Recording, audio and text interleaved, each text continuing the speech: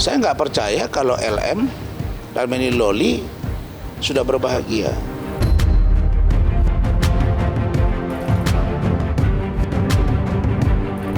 Kalau Nick Berni ngomong, nggak usah kita tanggapin lah. Ya kalau bisa saya bilang, dia pembohong.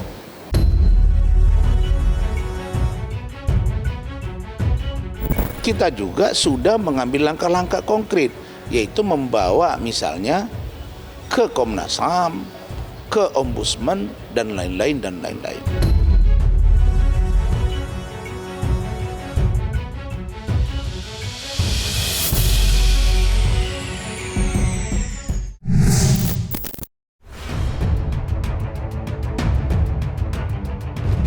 Perseteruan panas antara Nikita Mirzani dan Rasman Arif Nasution dalam kisruh Loli nampaknya kian berkembang panas.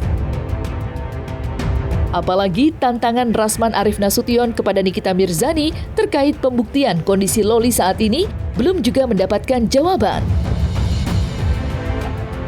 Ya, seperti diketahui, hingga kini Rasman masih bersikeras meragukan ucapan Nikita yang menyebut Loli sudah bahagia serta telah menggandeng lelaki tampan sebagai kekasih barunya. Walaupun baik Nikita maupun kuasa hukumnya Fahmi Bahmid sudah berulang kali menegaskan kalau Loli benar-benar sudah bahagia, kekhawatiran masih saja menggelayuti hati Rasman. Untuk itu, segala upaya keras pun ditempuhnya, salah satunya dengan mengunjungi Komnas HAM. Lantas, apa yang sebenarnya membuat Rasman masih belum mempercayai semua itu? Saya nggak percaya kalau LM dan ini Loli sudah berbahagia. Nah, bahkan istri saya sempat nanya, bukannya waktu Loli ketemu saya, rambutnya kalau saya nggak salah itu ikal apa keriting, kata istri saya. Tiba-tiba ditampilin kemarin, menurut kita kan Bu Ade juga kaget, itu rambutnya sudah lurus. Nah, kemudian kok yang ditampilkan dalam posisi tidak berhijab, kemudian dengan laki-laki. Nah, itu tuh yang pengacaranya Fahmi itu yang menurut saya sudah tidak ada kualitasnya itu. Ada yang pernah melihat foto itu kok. Saya pernah perlihatkan dan nggak perlu saya menanggapi karena nggak penting buat saya dia mau bicara apa saja, nggak penting. Yang penting saya tahu dan ada yang pernah saya lihatkan fotonya, saya ada di situ. Kita begini, bicara saya lah yang tahu, saya yang paham, saya yang menyaksikan di situ, ya kan? Oh, masalah syar'i dan nggak syar'i saya nggak bisa masuk ke situ. Bukan itu. Kita membuat perbandingan karena fakta empirik yang saya lihat ketika Loli lebih kurang 24 jam bersama saya dan istri saya Bu Ade, dia untuk hijabnya dilihat oleh laki-laki di ruangan itu pun dia komplain. Tiba-tiba dia buka hijab, kaget, kita wajar bertanya. Dan kedua, kenapa tidak ditampilkan dia bertemu dengan Nikita Mirzani? Video kek? Atau dia lagi bicara baik-baik dengan Fahmi. Jadi kalau saya itu tadi, iya kan, pepatah orang zaman dulu itu nggak lari itu. Sekali lancung ke ujian, seumur hidup orang tidak percaya. Loli sama manusia. Iya. Yang jelas. Taunya ganteng nih. Ya, iya dong. Itu baru anak Nikita Mirzani. Juga Ya kalau Rasman kan memang rumah keduanya Polres Jakarta Selatan. Jadi kalau dia datang ke sana ya biarin aja. Ya mungkin dia memang rindu sama Polres Jakarta Selatan, kan nggak tahu. Kalau Nick Berni ngomong, nggak usah kita tanggapin lah. Saya kira ini adalah sebuah pembicaraan yang menurut saya, ya kalau bisa saya bilang, dia pembohong. Dia sudah janji 5 miliar. Tim saya sudah menagih itu. Masa lu nggak malu? Malu dong. Kita itu tidak perlu terlalu banyak mencampuri urusan pribadi seseorang.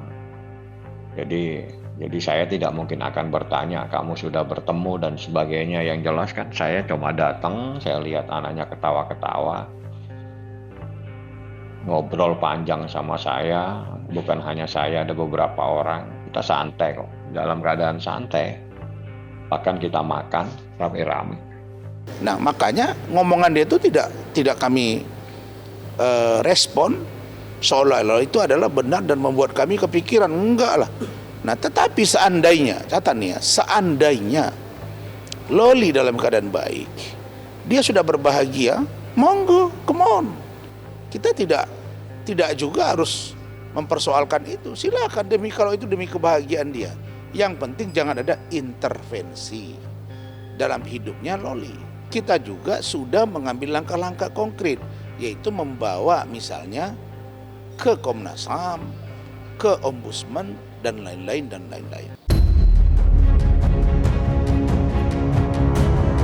Di lain sisi, tidak dapat dipungkiri pula jika tahun 2025 ini perjalanan hidup Nikita Mirzani seperti tidak ada habisnya menemui aral terjal. Walaupun baru memasuki bulan kedua, tahun 2025 telah membawa sederet polemik hukum yang menimpa Nikita. Salah satunya adalah problematika laporan polisi pemilik usaha kecantikan Reza Gladys yang diduga diarahkan kepada Nikita Mirzani. Selain itu, Nikita pun harus dipusingkan pula dengan 4 permasalahan hukum dengan kubu Fadil Bajideh. Dan yang terakhir, ada pula sosok Rasman Arif Nasution yang terlibat aksi saling lapor dengannya.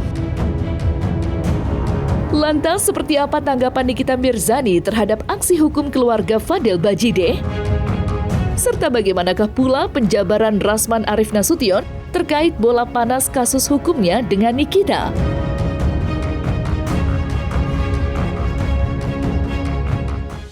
Nikita Mirzani ini, kalau dengan saya sekarang kasusnya jadi 3. Pertama, jadi 4 malah. Pertama, laporan saya terhadap saudari Nikita Mirzani terkait dengan dugaan penganiayaan. Yang kuasa hukumnya ada Pak Lecu di sebelah saya. Yang kedua, laporan saya terhadap saudari Nikita Mirzani terkait dengan dugaan pelanggaran Undang-Undang IT, yaitu pencemaran nama baik. Yang ketiga, laporan saudari Nikita Mirzani terhadap kami tim hukum dari saudara Fadil Al-Fajar Bajideh, yaitu dugaan membuka data pribadi atau kependudukan tentang Undang-Undang Kesehatan.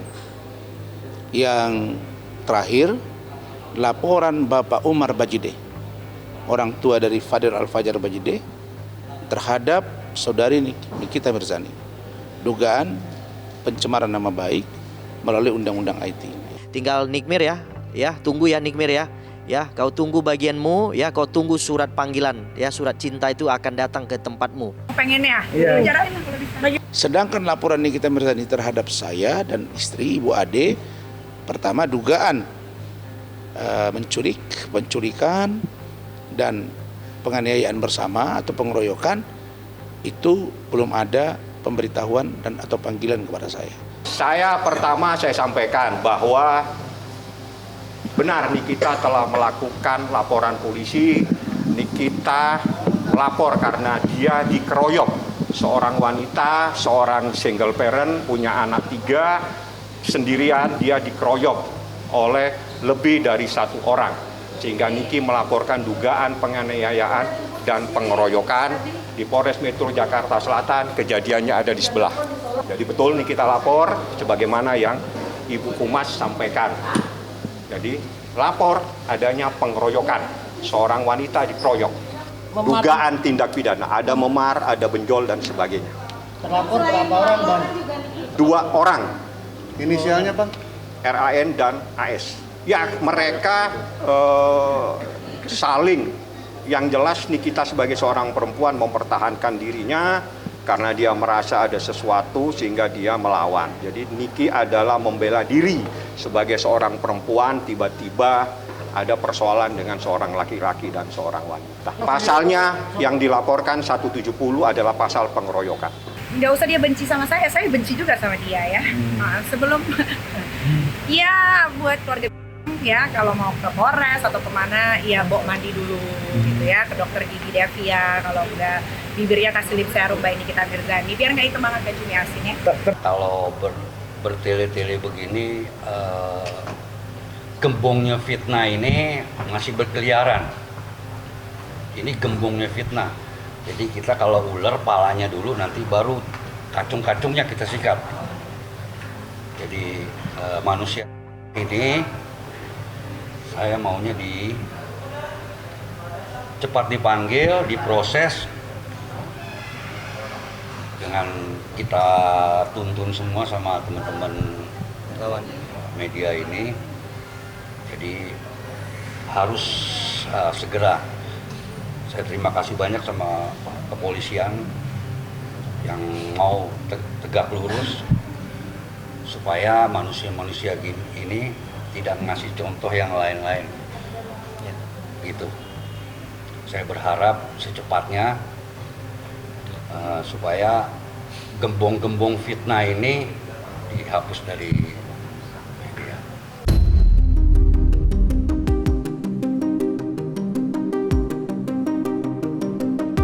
Namun menariknya, sebuah kejutan baru tampak hadir pula di tengah-tengah proses penyidikan polisi atas laporan Nikita Mirzani kepada Fadel Bajideh. Ia tidak disangka-sangka, Nikita kini menjelaskan bahwa putrinya Laura tiba-tiba meminta untuk menjalani BAP ulang.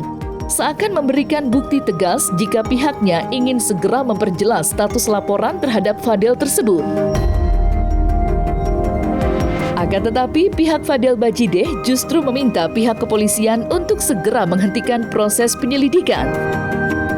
Pasalnya, mereka menduga pihak Nikita memang tidak mengantongi bukti yang kuat untuk menjebloskan Fadel ke balik jeruji besi. Tak tanggung-tanggung, Rasman bahkan memberikan pesan kepada penyidik untuk tidak bermain-main dalam kasus ini. Soal itu baru selesai BAP ulang. Ya, jadi kita tinggal tunggu aja hasilnya. Karena itu anak sudah tersadarkan. Jadi dia minta di BAP ulang. Saya sudah diperiksa, saksi dari kami sudah diperiksa, dan saudara atau saudari Laura Meizani Mawardi alias Loli juga sudah diperiksa. Dan saya yakin kasus itu akan berhenti. Karena tidak cukup bukti dan keterangan Loli dan keterangan saksi dari kami, Fadel, Martin, memang mereka mengatakan itu meminta saya dan tim untuk menyampaikan ke publik dalam rangka hasil USG yang diminta oleh Loli. Saya berharap kalau berdasarkan keterangan saksi ya yang sudah disampaikan juga oleh Loli kan tidak ada kejadian, saya pastikan ya sebenarnya polisi ambil tindakan dengan menghentikan. Tapi polisi kalau tidak mau menghentikan berarti polisi punya kepentingan, mau digoreng-goreng lah, ya kan? Nah, kalau digoreng-goreng ini kan jadi objek, ya kan? Objek yang bisa menghasilkan uang. Nah nanti kita lihat kalau memang sampai arahnya ke situ kita lapor propam. Kita nggak akan diam. Kita pastikan kita akan lapor propam. Kebetulan propam kali ini yang Polda Metro Jaya ini cukup agak sadis lah orangnya, ya agak tegas orangnya. Jadi saya pikir kalau ada pelanggaran kita pastikan kita lapor propam. Seolah-olah dia disangkakan bahwa dan lain-lain. Nah saya rasa itu tidak terjadi lah. Latar belakang keluarganya latar belakang keluarga benar, keluarga bagus. Jadi saya rasa itu tidak terjadi itu. Tidak terjadi. Ya, jadi saya meminta polisi objektif. Kalau tidak terjadi jangan dipaksa-paksakan seolah-olah ada kejadian. Oke? Jadi saya minta ini Polres Jaksel ini kan udah banyak masalah. Jangan lagi ditambah masalah baru. Nanti kita publik sudah tidak percaya lagi. Ini Polres bisa dipercaya atau tidak, kita sudah 50-50 jadinya perasaan kita, ya kan? Selanjutnya bisa saja nanti nggak akan ada lagi orang mau melapor di Polres Jaksel, semuanya akan pindah ke Polda Metro Jaya, gitu. Saya juga tadi sudah mendatangi unit PPA, unit Perempuan dan Perlindungan Anak di Polres Metro Jakarta Selatan, dan saya memang tidak mau ketemu dengan Citra. Saya sampaikan kepada Kasubditnya, saya nggak mau melihat itu orang. Karena saya sudah bicara dengan Pak Kapolres, saya sudah beritahu, bahkan saya sudah berkirim surat kepada Bapak Irwasum Mabes Polri, Bapak Komjen Pol Profesor Dr. Haji Dedi Prasetyo. Jadi jangan ada yang bermain-main di kasus ini. Ya, Pak Irwasum sudah turun, Pak Kabareskrim juga, dan Pak Kapolres juga sudah komunikasi langsung. Apa yang saya komunikasikan tadi, saya meminta diberikan SP2HP, surat pemberitahuan perkembangan hasil penyidikan terkait laporan saudari NM kepada saudara Fadel Al-Fajar Bajideh yang sampai hari ini belum kami terima. Dan poin pentingnya saya beritahu tadi bahwa di samping saya minta Citra dicopot, tadi katanya ada di sini dia lihat saya lari-lari gitu, saya nggak tahu benar apa tidak. Di samping dia dicopot, saya minta agar juga kasus ini di SP3-kan. Kalau tidak, segera lakukan gelar perkara bersama khusus dengan kami.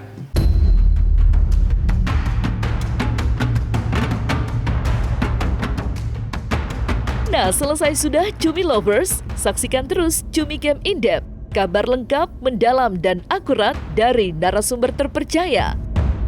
Dan jangan lupa untuk like, subscribe, dan juga share channel YouTube Cumi Cumi.